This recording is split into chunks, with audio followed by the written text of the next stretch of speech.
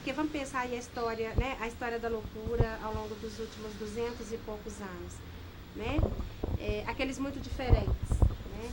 Ou vamos dizer assim, os loucos. Né? O lugar social reservado a eles, né, era o lugar da anulação, né? Assim, não existe, né? Não tem nome, não tem, né? Não existe, não tem nome, não escolhe, né? Não decide sobre a sua vida, né? Não tem um lugar no mundo.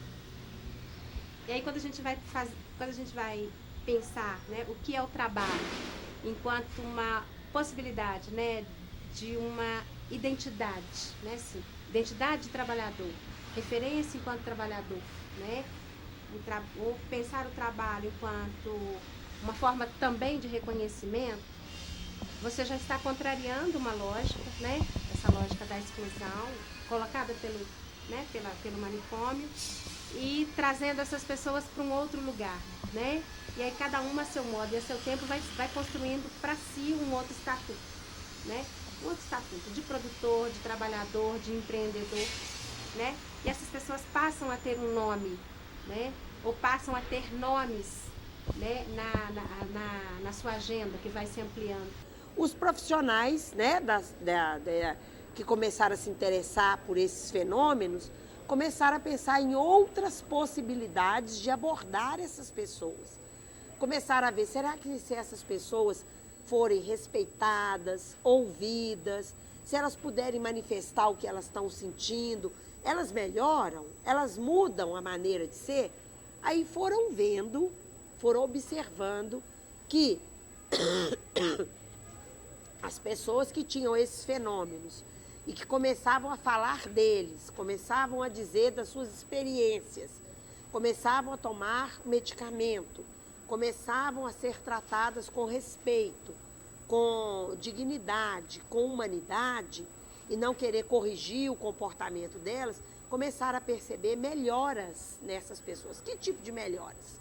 Essas pessoas começaram a ficar mais tranquilas, começaram a relatar que aqueles incômodos de pensamentos desagradáveis diminuíram ou cessaram em algumas pessoas, que elas estavam se sentindo mais confortáveis, capazes de retomar o convívio com a família, com os amigos.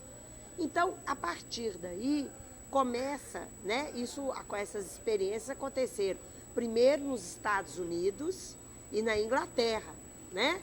E posteriormente, nos anos 70, na Itália. Mas acontece que quando nós podemos nos aproximar da experiência da loucura, a gente percebe que há ali um sujeito, e diferente do que as teorias apresentavam, é um sujeito capaz de responder pelos seus atos, é um sujeito que responde pela sua condição psíquica, mesmo que no momento do ato ele não sabia o que fazia. Né? A resposta do sujeito ela é articulada essencialmente ao ato. Né? O ato é em si uma resposta da sua condição, e é por isso que ele responde por ele, responde por suas consequências.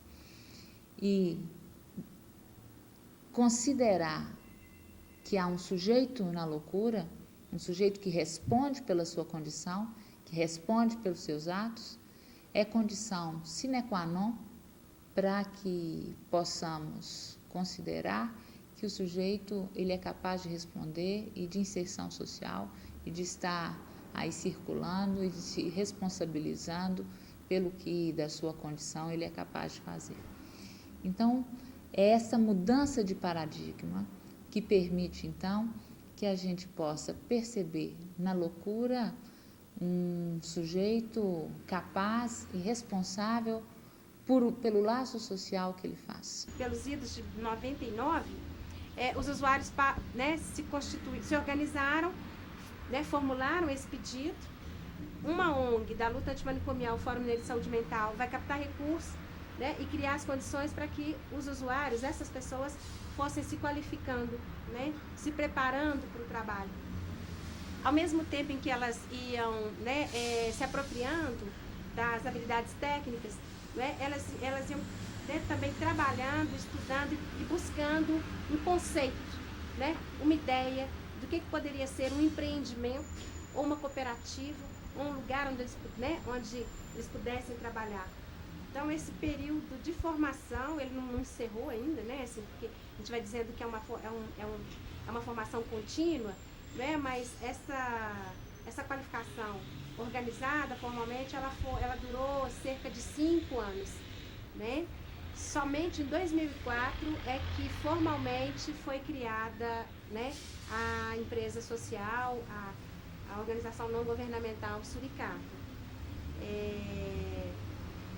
Então, pensando isso tudo, né, assim, esse processo histórico começa em 99, em 2004 a constituição, né, do empreendimento, e de 2004 até os dias de hoje, né, esse ano, no dia 26 de maio, o Suricato completa 6 anos, né, é um processo contínuo e permanente, né, extremamente desafiador, mas possível, pelo que as pessoas vão dando de retorno, pelo que elas vão trazendo para a gente enquanto informação, né, e por aquilo que elas vão constatando no seu cotidiano. Os trabalhadores pensaram que era necessário criar uma lei no Brasil para começar a implantar esses serviços, então começaram com um projeto de lei em 89, né, que foi levado pelo deputado Paulo Delgado no Congresso Nacional e se tornou a Lei 10.216, que levou 11 anos para ser aprovada pelo Congresso Nacional Brasileiro.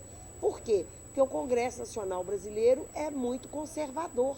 Então, essa lei só foi aprovada mediante muito trabalho, muita negociação dos trabalhadores, participando quase que mensalmente de audiências públicas na Câmara dos Deputados e no Senado Federal, para ela ser aprovada. Então, foi uma luta enorme e uma luta muito árdua do movimento dos trabalhadores e aí já de algumas associações de usuários que foram se constituindo a partir da criação deste movimento. E ainda hoje estão em processo de constituição, né? Muitos serviços hoje de saúde mental estão estimulando a criação de associações de usuários e familiares para defender os direitos de cidadania das pessoas com transtornos mentais.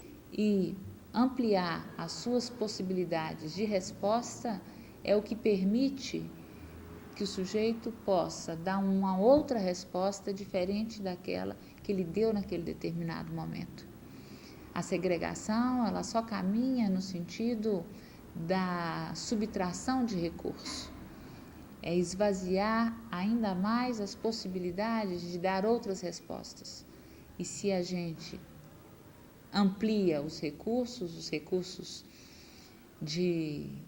da civilização, se a gente amplia as possibilidades desse sujeito responder pelos seus atos em liberdade, em convivência com a família, na relação com o trabalho, na relação com os estudos, com a arte, com o lazer, com o esporte, com o que quer que seja que faça sentido para ele, a gente vai perceber que esse sujeito ele vai responder aos embaraços que a sua condição lhe trouxer de um outro modo, sem precisar recorrer à violência.